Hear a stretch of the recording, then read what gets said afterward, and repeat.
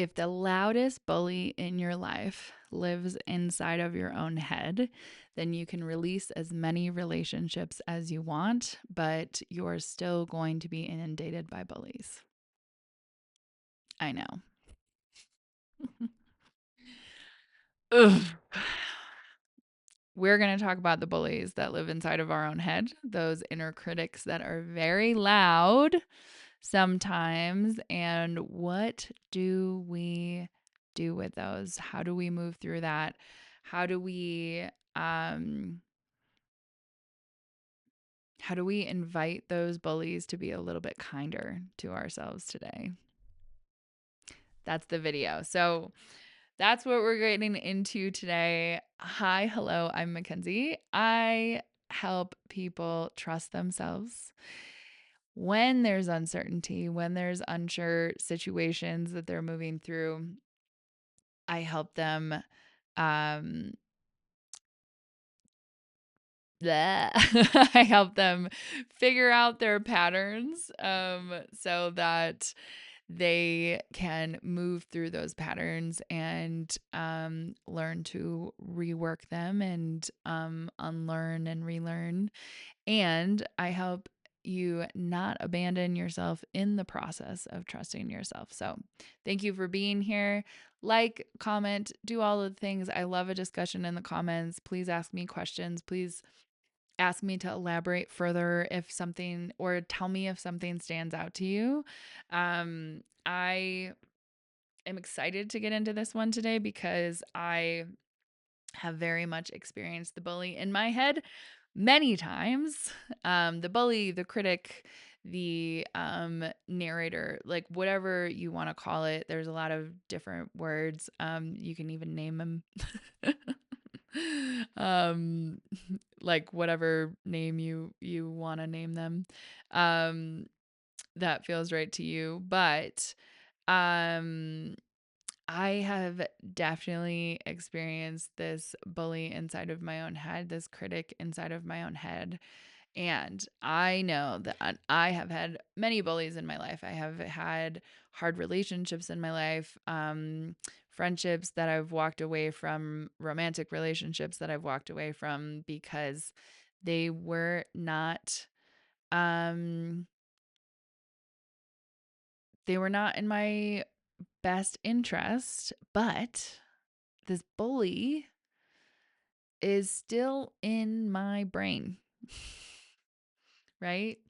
Regardless of how many people I have shifted away from in my life, um, if the bully's still in my brain, what do I do with that? Right? What happens with this like critic that lives here and uh talk shit to me all day, right? Like what do I do with that? So let's talk about the bully first and this critic that shows up, right? If there is a critic in your brain, that this inner critic that is telling you um you suck, you shouldn't do that because that'll make you look bad, or like I can't believe you did that, or like oh my god, I'm so stupid, like all of these things. Like I hate saying it, but we need to identify who they are first. Unfortunately, if you're calling yourself names, even if you don't say them out loud, especially if you don't say them out loud, you have a bully on your hands, right? You have a critic on your hands um if you are not allowed to mess up in your life. You have a bully on your hands, right? If small little things really strike you and make you consider yourself not capable of something, you have a bully on your hands, right? And unfortunately, it lives inside of your head. Now, we're going to talk about how to move through this and actually do something with it, and how we reframe it and how we offer ourselves something different, because um We don't need you living with that bully inside of your head. Come on. Like we gotta move through that. And what I think you is the thing. Okay, where do I start? Millions of thoughts. Okay, sometimes what happens with that inner critic that is inside of our head is that we have learned this from somewhere, right? Sometimes I'm not putting blame on anything, but whatever is repeated multiple times, whether you're hearing it outside of yourself or it's being directed at you, we can take that on as truth, even if it's not, right? I've been in verbally abusive relationships before where they have told me things about myself that I eventually believed. And that sucked, right? That was like really hard. But even after I left the relationship, sometimes those narratives would continue on in my brain. And it this all comes back to that neuroplasticity thing, right? Right? Whatever we tell ourselves becomes a path in our brain, and like the ways that I think that when we hear repeated uh we hear those like repeated phrases, sometimes we can take them on as truth, even when they're not, right? So um sometimes that's what it comes from, right? Sometimes we kind of create our own things, right? And it can be it can they can do the same thing where we start repeating something or we're thinking we see proof of something when it's not actually proof of you being bad at something, it's just proof that you're human, and you are, right? Humans are not meant to be perfect. I think that I just want to reframe that first of all, is that if your bully is looking for perfectionism, then my question to you is, were you ever allowed to fail? Were you allowed to make mistakes when you were growing up with whatever caregivers that you had, with whatever friends you had? It doesn't have to be your caregivers, it could be anybody, right? Um, what was allowed when you were growing up, right? That's often where we learn a lot of things. And this is not about blame, and it's not about blaming parents or caregivers or like friends or whatever. It's just everybody's repeating what they learned and how they survived and how they were meant to survive, right? Or not meant to survive, but how they learned how to survive in the world. There's a lot of different versions of this, right? Because some people survived because they felt they were tough, right? And they pushed off anything that felt emotional, right? That's a way to survive, right?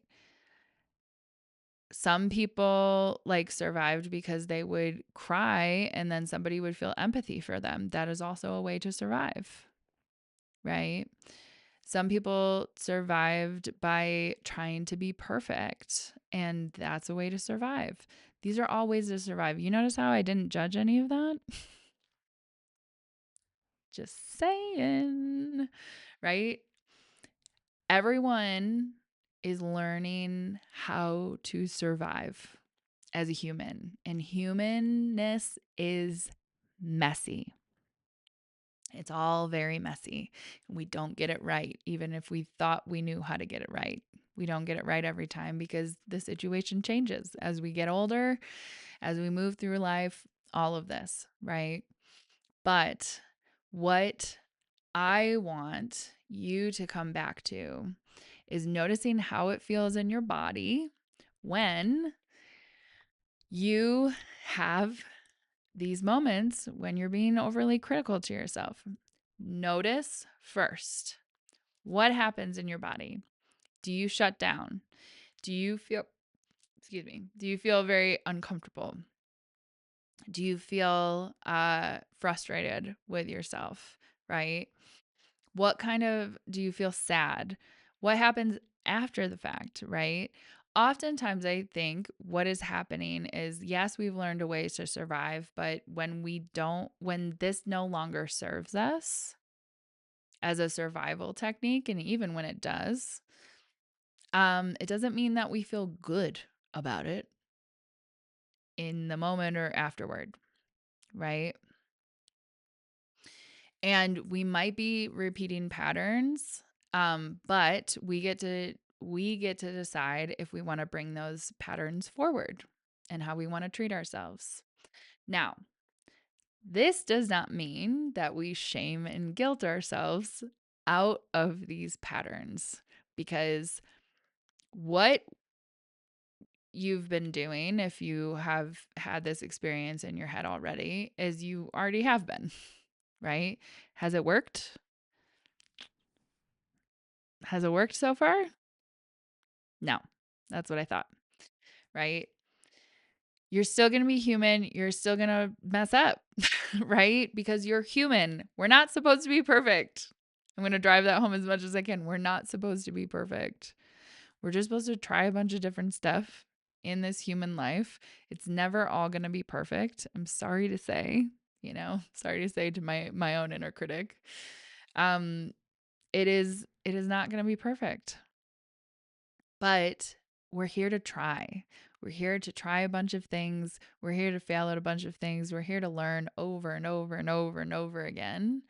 And every day is going to be different how we show up. So this is a practice of life, right? We can't get it wrong. I promise. We can't get it wrong. So, what do you think? I'm going to do like a little reflection before I offer an answer. If you were to talk to your bully right now, your inner critic, your inner bully, and you thought to yourself, or you asked it, what do you need from me in this moment? What do you think that bully would tell you? What is it telling you? Just think about it for a moment. What is that bully telling me that it needs from me? What is your answer? Say it out loud to yourself. Obviously, I can't hear it. But say it out loud to yourself. What is it that your bully needs, right? To not bully you, to change, to not guilt you and shame you. I'm going to tell you what my bully needed was empathy, kindness, a hug, some kind of internal hug that I needed to give myself. Because really, what's happening when the bully is trying to shame us, is trying to guilt us into something, what the bully needs is love. Because what the bully is feeling in this moment is fear. And we create survival techniques because we need them to survive, and they serve us at some point in some amount of time. And there gets to be a point where it's no longer serving us and it's starting to hurt, right? This is where that bully comes in, right? And the bully is thinking, if I am not perfect, I am not safe. If I do not do this thing correct, I am not safe. And I need to protect myself in this moment and shame myself, guilt myself because we're not doing it right. Right?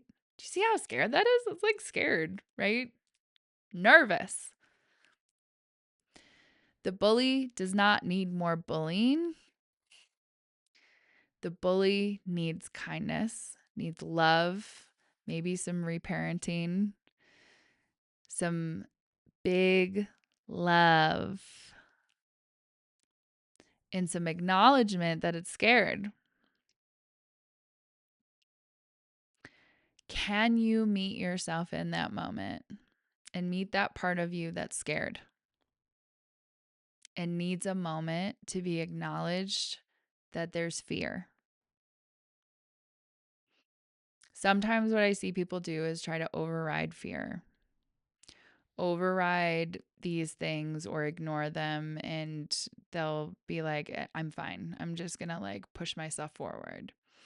What I would like you to do is acknowledge that you're having a feeling, be with that feeling, feel that feeling, not need to override it, and say to the bully inside of your head, I see that you're hurting. How can I help you? How can I love you in this moment? Because I guarantee that there's a part of you, and it might be it's probably from your childhood, because a lot of it is, but it could be from, you know, an interaction that you had like recently, right? I have one in my head that I'm like thinking about right now, right? Where somebody said something to me, and that is the loop track that I keep playing in the back of my head. And that has made me believe something about myself that I know is not actually true. I know from practice that this is not true, right? But I am so connected to that thing that's happening in my head. And really, probably what I would like to do for myself is do some energy healing work around it. And that's like a wonderful way that to move with it. These are the moments that I think energy healing can really come up with it. This is what I do with people, where we do things like um like something like parts therapy. You might know what parts therapy is, where you identify what part of yourself is like having that feeling and acknowledge them, empathize with the feeling that they're having, and kind of get to know like what's they're experiencing. It might be like 7-year-old you, 14-year-old you, whatever. I do that, but it's through soul retrieval, right? Um, where there's a part of you that has not felt safe in the body, and the soul comes out of the body, and then we go find that part and we reintegrate it back into the body. And because you need all of your soul parts, right? And you bring it back into the body, and you acknowledge that it was hurt, and you acknowledge that this was a thing that was a really hurtful moment in your life. Sometimes there's like memories that come up that people haven't thought about in years or never could access. I know that I've had that in my personal healing experience. Um, but and that's not the only way, right? I don't think any way is the only way, right? Parts therapy is great. Soul retrieval is great. You can do this and practice this with yourself, right? If you're feeling called to those things, reach out, click the link below, and we can work one to one together for sure. But and also it might be that you sit with that feeling, right? Sit with the feeling, not the intellectualization, right? Down in your body. What is that bully actually feeling in that moment? Is it feeling scared? Are they wanting some attention somewhere, or wanting you to notice a pattern that's coming up? That's great. Feel it in the body, right? What does it mean to sit with a feeling? It means like you're aware, you're not trying to override it. You're not trying to shift past it so fast, but you're actually experiencing it in the body. If you can't access that feeling, um, some of the like dance movement that helps you access like or move through energy and emotions in the body, right? If you're feeling like you need to cry and release some stuff, but you're not able to access tears today, what's the saddest movie that you can that makes you cry? Watch that, right? The Notebook? Hello, right? Doesn't even have to be related to the thing that you're like talking about, but it helps move energy through the body. It's helping move energy through the body, not the mind, right? And then with after feeling the emotion, because like, we can intellectualize things, but we need to get it kind of through the body also, right? Because there's probably something there. Um, And if you're not able to do it through those ways, that might be a time that you reach out to somebody one on one to help you kind of like move through that. And then we start to like reframe things for the bully gently, right? Kindly, like you would talk to a 7-year-old where they don't fully understand what's going on, right? Because they're not fully developed yet. Your bully's probably not either, right? Because your bully's feeling like we have to keep doing this thing because it keeps us safe. And you are saying to the bully, no, we don't. We don't anymore. And I'm going to tell you why. And I'm going to hold you while I say this, right? I'm going to walk you through it. And we're going to take time with this right now. Now, then we start to reframe things, right? Where the bully might be saying something in a moment where you drop a cup in the kitchen, right? And it shatters all over the floor, and your dog's there and you're like, oh no, the dog, and I'm barefoot and all of these things, right? Do you immediately go to, I'm stupid? I can't fucking believe that I did that. What an idiot I am, like all of this stuff. You're going to take a deep breath. Listen. And this is what I would say to myself. Be like, okay, I know that we used to feel like, or this couldn't happen before, right? For whatever reason, because this is a place where we felt unsafe. That's not what's happening right now. Take another deep breath. We are safe.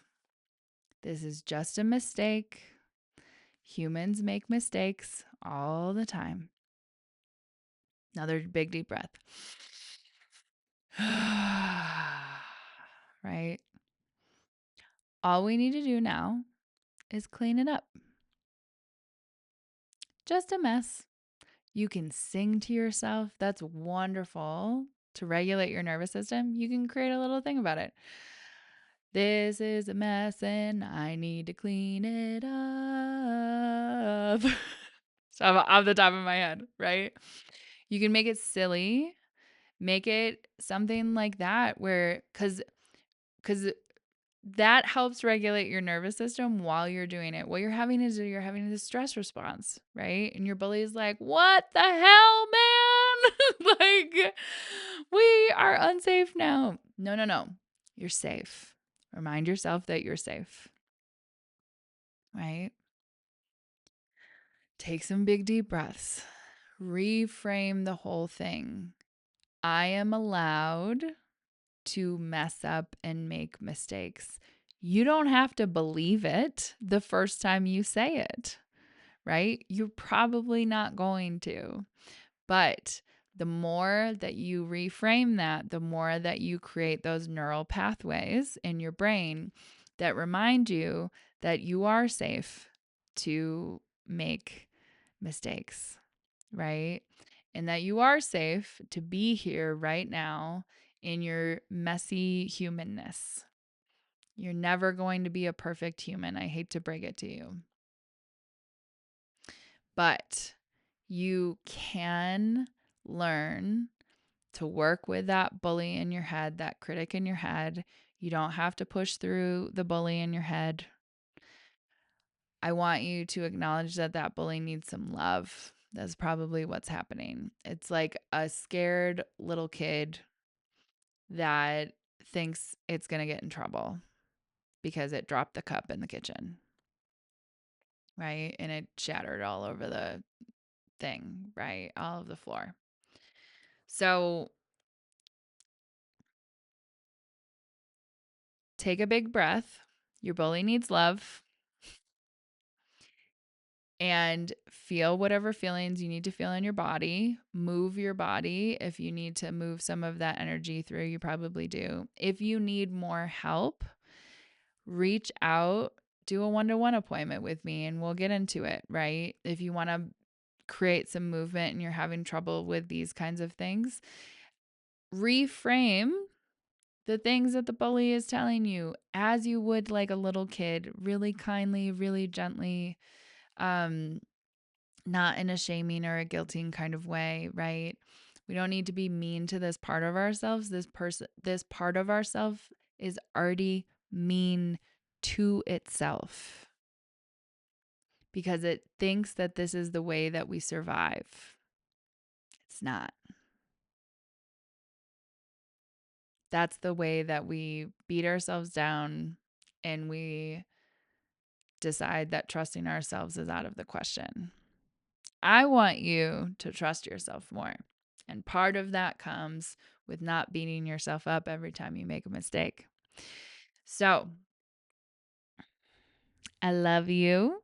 I love the bully inside of you, even though it feels hard to work with sometimes. And let me know your questions, your real life stuff below in the comments. I want to help. I always want to help and I hope you want to learn, right? That's what we're doing here. And we're going to learn together. This is not about I'm still practicing all of these things. Um every single day, which is why I can speak so specifically to them. But let me know what questions you have. I love you, love you, love you so much. So much. And I love that part of you that's trying to keep you safe. That's what the fear and the bully are trying to do. Okay? Okay. So be kind to yourself. Be kind to all the people because they've got their own inner bullies too. You know, we're all working with our own inner bullies. And I hope that you have a great day. Hope you have a great day. Yeah. Sure, we'll end the video like that. That's fine. I am sending you a lot of big love and thank you for being here. I will see you in the next video.